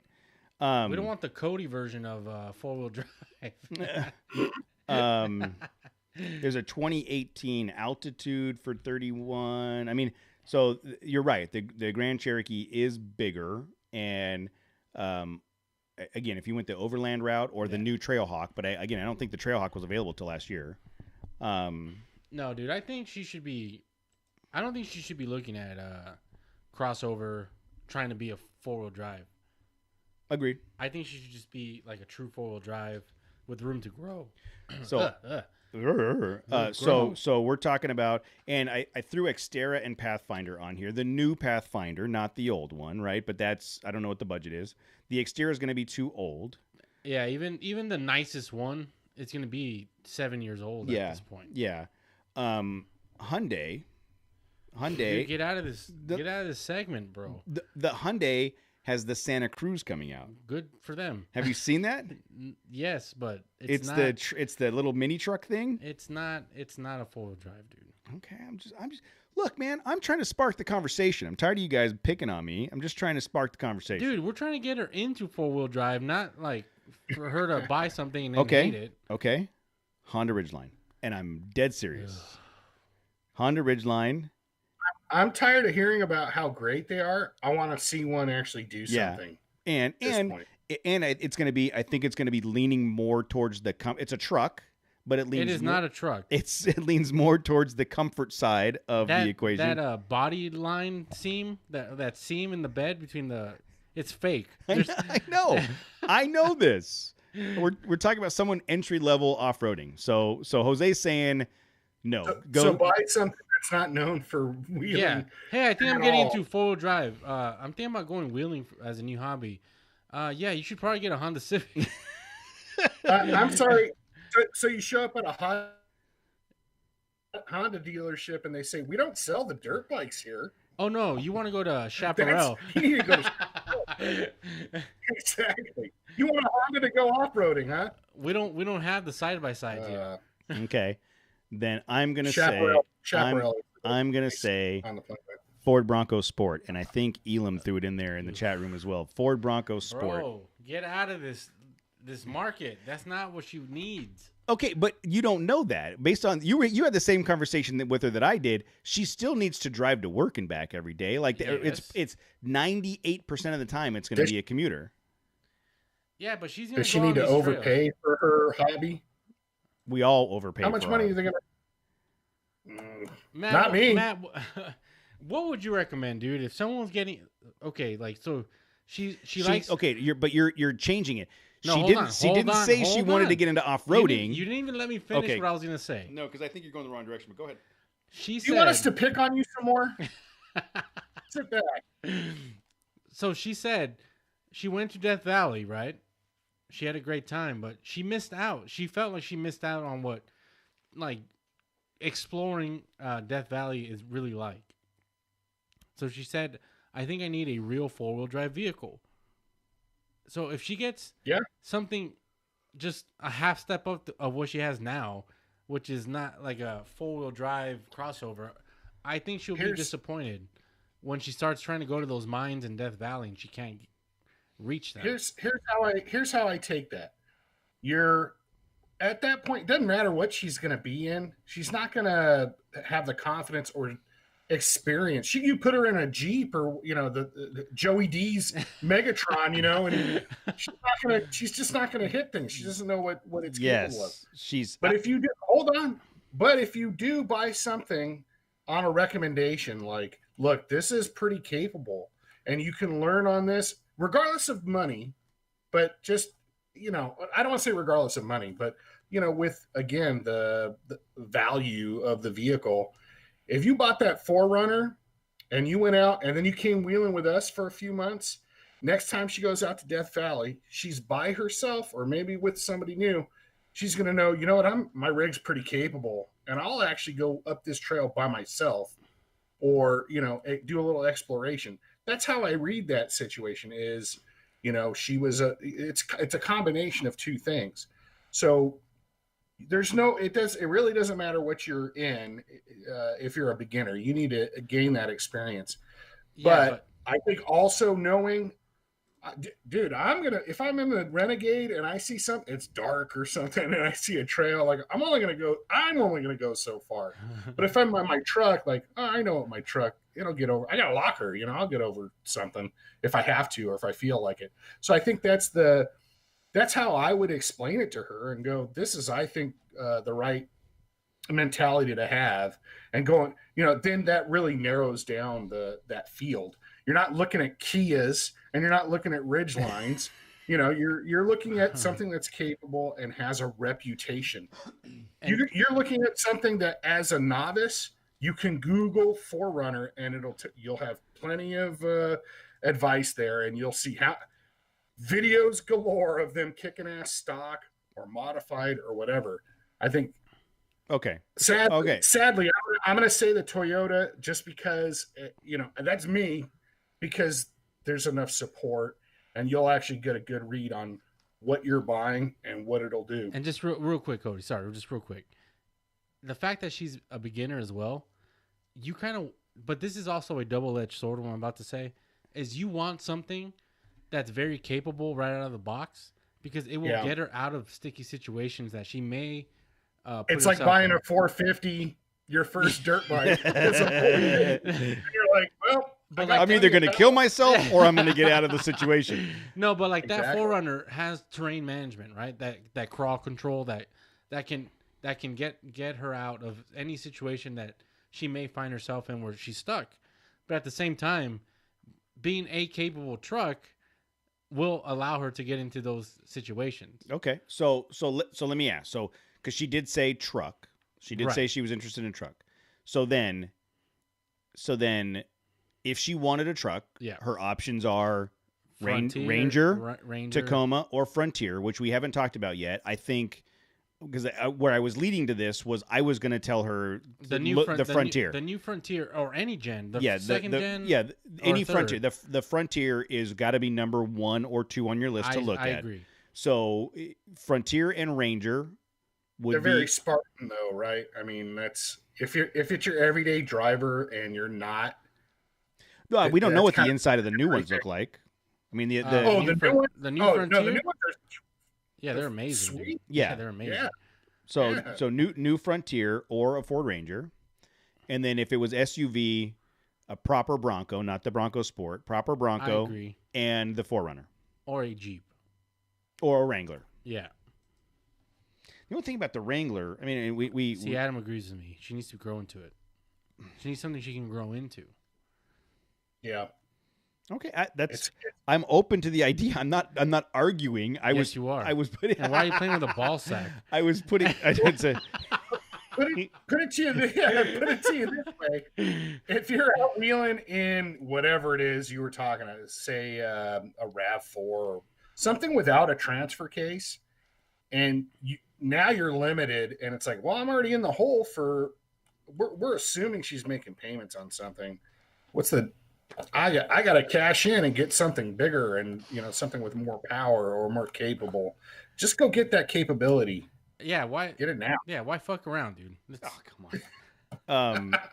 I don't entirely disagree. I wanted to spark the conversation and put those out there for that specific reason. Like if someone was looking at the Compass or something like that, right? Yeah. What are the limitations? In the conversation, going back to what both of you have said, I think if someone has an inclination to adventure and they are on their own and they have a crossover that they think is 4-wheel drive that can get them there, maybe there's a potential for them getting themselves into more trouble than good because they don't have the ability to get in and out. So my son's in the chat. Sorry. Hey, what's up, D? So yeah, I don't necessarily disagree with what you guys are saying, but if I don't think she can go wrong. I don't think. I think if she went to go see the Frontier like Matt's, I think she'd be like. I think she'd want a little bit more class, or not class, but yeah, it's just enough class for Matt. No, that's not what I meant. No, I know what you mean. More Amenities, like luxury, amenities, like more luxury. Yeah, more but than enough class for me. That's what Matt was saying is that his is fairly Spartan. Yeah, I think for sure. the new Frontier will be I think nicer. The new Frontier, depending on what the price is for a Pro 4, she should only get a Pro 4X if she were gonna get it. Well, you have to. I don't think. Yeah, but now you're I don't $45K. But that's I don't know what her price range. I don't know if she wants to buy used or new. Yeah. If I were gonna say new, I don't think you could pass up the Frontier as an option. We need to get her on the show. We need to get her. I should have called her and had her get on the show and just embarrass the shit out of her. No, because I would want to ask her like what her expectations are as far as she doesn't know what four-wheeling is. You know, it's completely foreign, right? Like what are her expectations? Like what does she want the car to do that her current car can't do?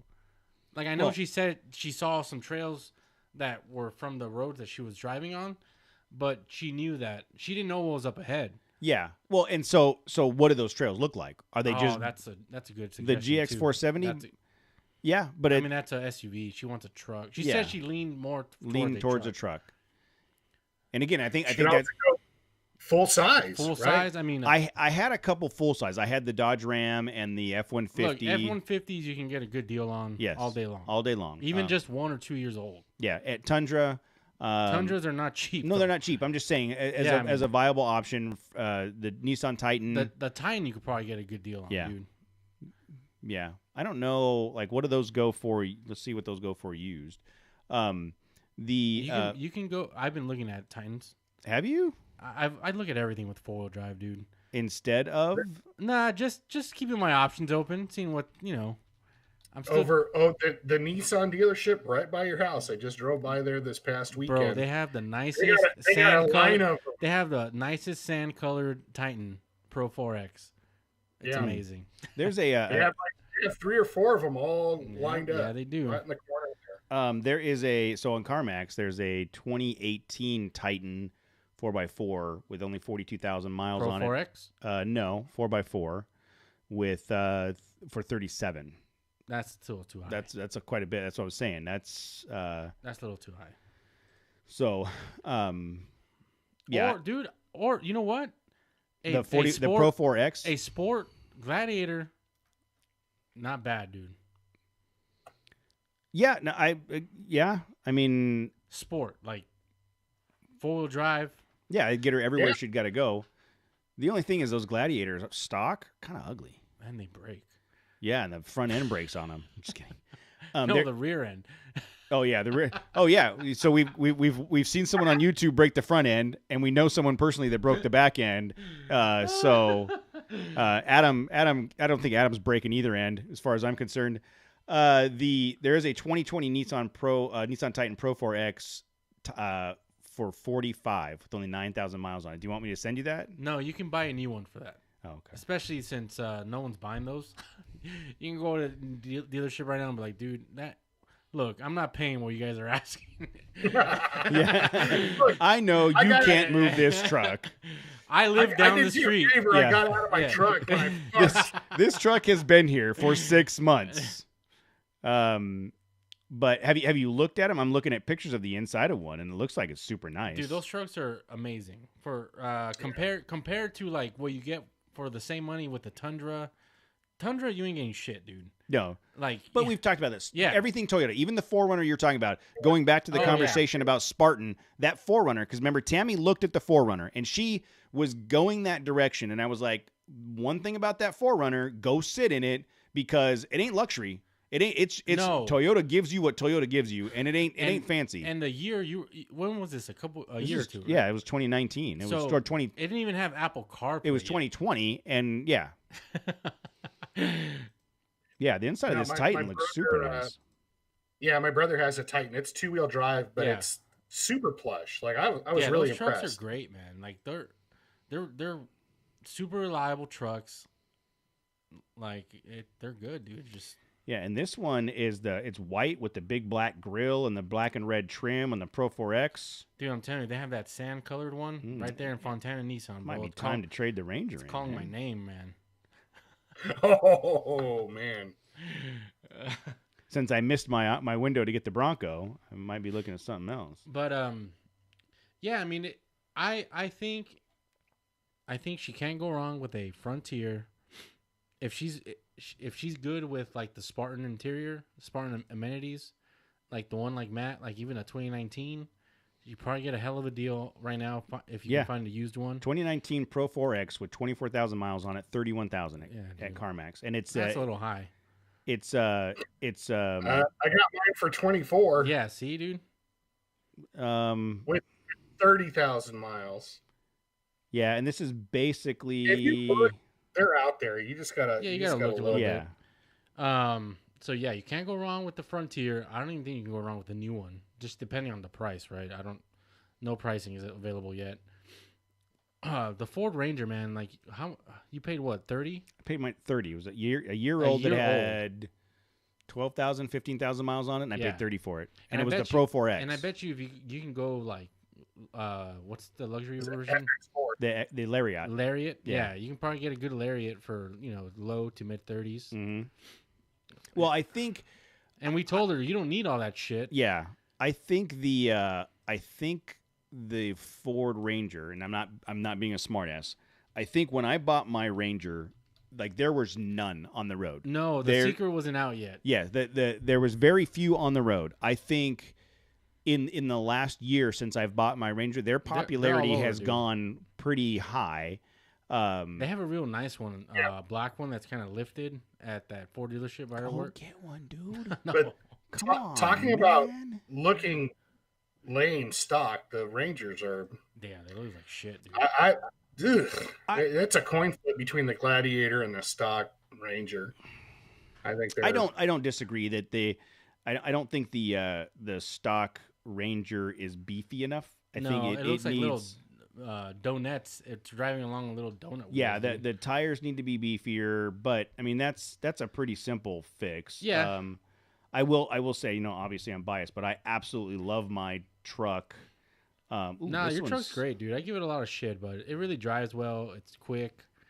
It's capable. Here's one. If it wasn't a Ford, I would have bought one. Here is a really nice like graphite gray for 35, a 2019 with only 14,000 miles. See, so same year as mine, same amount of miles. It's $5,000 more than it was when I bought mine because of the popularity. I honestly believe that it's gone up in price. Yeah, so I mean, she can't go wrong with any of the. She can't go wrong with Tacoma. Tacomas are good, Frontier's good, Ranger's good. If she wants to go all in on the adventure lifestyle with the truck, a base Gladiator, she's not going to get the amenities of that she would on the other vehicles, but yeah, it would be the most capable out of the box. Here's a 2019 Ford Ranger XLT FX4, basically my truck without the black trim. You remember mine had this? It's just all white for 28,000. There you go, dude. I mean, it's the only downside is got a lighter interior, but like all day long. Yeah. And she that's going to be a comfortable ride. She can wheel the shit out of it. Here's another one for a Lariat. Ooh, here's the 2019 Lariat with 29,000 miles on it for 30,000, and it's 4-wheel drive, not FX4, which is what we said she needs. She doesn't even, as long as it has the locking differential. Does it have that option? I don't even think she needs the locker for what she's talking about. I'm looking and I don't see the locker button. Okay. Yeah, I don't see that has to be. No, you're right. Because I was going to suggest the SR5 4Runner, not even the off-road, TRD off-road. Yeah, that'd be fine. That'd be totally fine. Because the option, at least she'll have the option of getting one down the road if she takes it to that level. There are aftermarket. I want her to get this one. This one's nice. It's like a graphite gray with the same interior as mine, but like a cool gray color. All right, we need to get her. And should I send her this link on Teams right now? Send it. But yeah, dude, if she didn't need a truck, I would say get an SR54 and a 4x4. Yeah, you know what's interesting? Like and maybe this is just us, but anytime this topic comes up, it comes down to the same 4 vehicles. It always does. It's Ranger, Tacoma, Frontier. Yeah, and then 4Runner and Wrangler. Yeah, I mean it's. Well, dude, it's they're tried and true. They're tried and true platforms. Thank you. Yeah, I would love for there to be something different. Like I was joking around a little bit about the Hyundai Santa Cruz but I mean I would love for there to be a new member of the vehicle industry that's like, hey, disrupting what these same vehicles we see all the time. I saw on the FTL Yeah. Last week, they were talking about maybe Dodge releasing the Dakota. Yeah. Yeah, that's like the worst kept secret, apparently, in the automotive So is world. it I've heard the rumor, but I haven't paid much attention to it. Is it like a happening thing? I think they're saying like either later this year or early next year for bringing the Dakota back. So the reason they got rid of the Dakota is that it was... Dude, the mid-size market was almost extinct if it wasn't for Toyota and Nissan. They were the only two players in town for a long time. Yeah, and I if I remember reading an article, the Dakota was cannibalizing some of the sales of their other Chrysler brand trucks. Well, I think that's what it was. It's like, dude, I'm paying low 30s for this fully loaded midsize. If for the same price, I can get a mid-tier full size. My 2003 Dodge Ram 1500 4x4 with the 4x4 package or whatever it was $33. And I remember at the time, like, holy shit, $33,000. Oh my God. Do you remember that truck, Matt? Like, yeah. I was like, I can't believe I'm spending $33,000 on a truck. Now you have guys, oil guys, paying like $80,000 for an F-150. Yes. But and like we talked about, the full size truck is still an option, for her. This is a nice 2019 STX 4x4 with the side runner the Nerf bars. You don't need that. 28. Those just get dragged off somewhere. Yeah, depending. I mean, down the road she takes them off and puts true sliders on them from White Knuckle. But yeah, I mean, a stock Jeep Gladiator would probably be the extreme case if she was like, you know what, I want to go head first into this, get a Jeep Gladiator. I want to mortgage my house. Yeah. I already did that. I already took the money out. But what do you think the lowest price Gladiator is? Brand new or used? Either. Brand new, dude, they're like high 30s for a sport. That's roll up windows. Like, someone was giving you shit last week about you kept saying roll up windows, and they're like, they do not have roll up windows. Adams is roll up windows. Is yours seriously roll up windows? Yeah. Adams is roll up windows and doesn't have power door locks. So this 2020 Gladiator Sport with 12,000 miles on it is $38,000. So you're telling me for $38,000, I got to roll up my windows and lock my doors? Yeah. Dude, what kind of bullshit is that? I don't know if Jeep's just pulled the biggest ruse of all time or... Jeez. That's just an assumption. They're like, Jeez. What are we going to save? We'll save $50 per Jeep. Yes. Check it out. That we'll just... It's an assumed thing. You're going to have power windows. Surprise, bitch. You get home and you got to lock that phone. Yes. Some people want that roll-up shit, dude. No. Adam's in the chat room. He agrees that yes, they are. And he said, roll-up windows and all, me likey. The only people that want roll-up windows are the people that are trying to justify the fact that they spend $40,000 on a vehicle with roll-up windows. That's the only people that are doing that. I'll be honest with you. Honestly, I ain't never running anywhere without the AC going anyhow. I don't ever roll down my windows for shit. Just through the drive-through. That's it. Starbucks or In-N-Out? Perry makes a good point. He says it's less to go wrong when the Jeep gets wet. Well, yeah. in that kind of truck, you need Right. every redundancy. I just have a hard time I can buy a Toyota Camry for $19,000. No, you can't. I can buy a Dodge Dart for $19,000 and had windows. power windows and power door locks. I'm spending $40,000 on a brand new Jeep.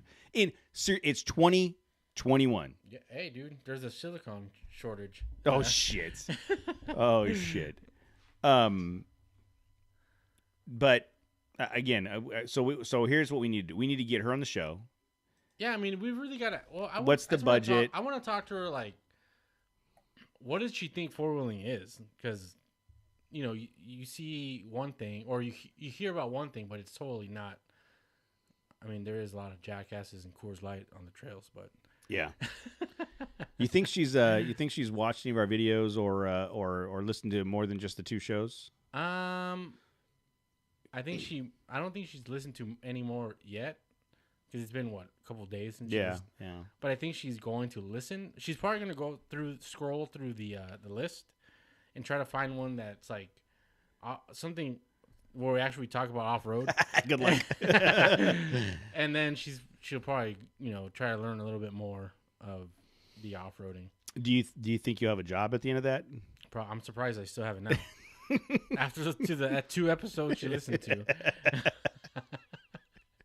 So the backstory here is the person we're talking about is Jose's boss. So we'll see how that. There's definitely a couple of episodes that could be booby traps for you, Jose. I think so. I'll just leave it at that. That's like the inspiration for her to listen to all of them. Oh man! Oh, we'll make sure we tell her. Which ones? If you were trying to booby trap Jose, which episodes would you have his boss listen to? First of all, the wives episode, right? Yeah. Because all of our dirty laundry gets aired out there. Yeah, that's an obvious one. I think. Well, I don't know if it's a booby trap, but the funnest one is the off-road expo. Oh my god! Oh yeah. We did walk arounds. We walked around the fairgrounds. Oh, that's right. No, you walked by the beer stand, then by all the fairgrounds, and then back by this beer stand, and then by the fairgrounds. There's beer stands all over that place. It's great. Oh man, great fun. That's funny. Great fun. We're talking about Poltergeist. It's still like the funniest thing. It's like the funniest shit I ever heard. Not just from us. That was hilarious, man. Oh shit. Yeah, over the Off-Road Expo and the Adventure Expo one are the Adventure Expo. A little sauced up on those. Yeah, the true. I forgot about those. Good stuff. Well, hopefully we can convince her to pull the trigger. I already told her I'll go shopping with her. We'll go shopping and look at vehicles. Maybe there's a 2-for-1 deal. That's not a bad idea. But there's some dealerships over by the office. We'll have to. What else is over besides the Ford? There's the Ford dealership, and then isn't there? What I was saying earlier, they have a real nice Ford Ranger that's like propped up on the street. Well, she's been in my truck a bunch of times, so I mean, she knows what the Ranger's about. Yeah. So we'll have to convince her to get the ball rolling on this. I'm trying to get her to get it by Mojave. I'm trying to get her to come on Mojave with us. Oh, okay, that would be fun. Yeah. That's a great first trail. Yeah, it'd be great. What does she have right now? She could probably run Mojave. Yeah. That Envoy. Yeah, that GMC, 2-wheel drive GMC. Yep. She's good. Cool. All right, guys. Well, we do have a guest for next week, so we're in the works on that, and then we're working on scheduling some more stuff. I know you guys are tired of hearing us talk about movies and stuff, but I'd rather talk about movies than the same like 4 trucks we always end up talking about. Yeah. Buy. Well, you know, we changed it up this week. What somebody else would buy, and it still led to the same truck. And that's why. No, I'll be completely honest. I my intent of having this conversation was taking at it from a different perspective. So from someone getting into it, not what we would buy, like, because we know what we want already. Someone getting into it, and we always end up at the same spot. Well, we just know what works. We made it about us and what we would do. Like, we should have known. Just buy a fully loaded Rubicon Gladiator. Just be done with it. Done with your bank account, done with your extra money, done with question everything. Your life decision. Yes. Every time you drive it, you're just like, what did I do? Don't get into four-wheeling. If you don't have money to burn. True. That is true. Yeah, get a different hobby. Take up sewing or something that's cheaper. Go play softball? I don't know. I don't know. I don't know, dude. I've seen you play softball. The amount of money you spend on beer before and after the game is just as expensive as a car payment. But that's just life. You've seen me. What else have you seen me do entering beer prior to? Like, lots of shit. Cool. It's just me. All right, so Jose and I are gonna work on her, and hopefully we have someone else on our run soon, and she gets into a new vehicle and starts bombing the dirt. For everybody in the chat room, thank you for joining us. It was another good, lively group this week. Appreciate you guys showing up. It looks like I didn't notice Mark showed up. Hey, Mark. Perry, Adam, all the usuals. Casey, Damien showed up for a little bit. What's up, D? D Money. Do we have a good nickname for him? No, Damien. I'll come up with one. Satan Spawn. And we'll talk to you guys next week. Thank you. Which one of you is Satan? You or Letty? Not at all answering that one at all. I just asked the question. He said Satan spawn. Spawn of Satan. He should not answer that question either. There's no right answer. The problem is if I don't answer, I'm gonna get in trouble for not answering. Well, we won't put that one. We'll keep that out of the. And the problem is if I do answer, that's where the problem is. Yeah, you're screwed. All right, we're gonna end the stream. Night, guys.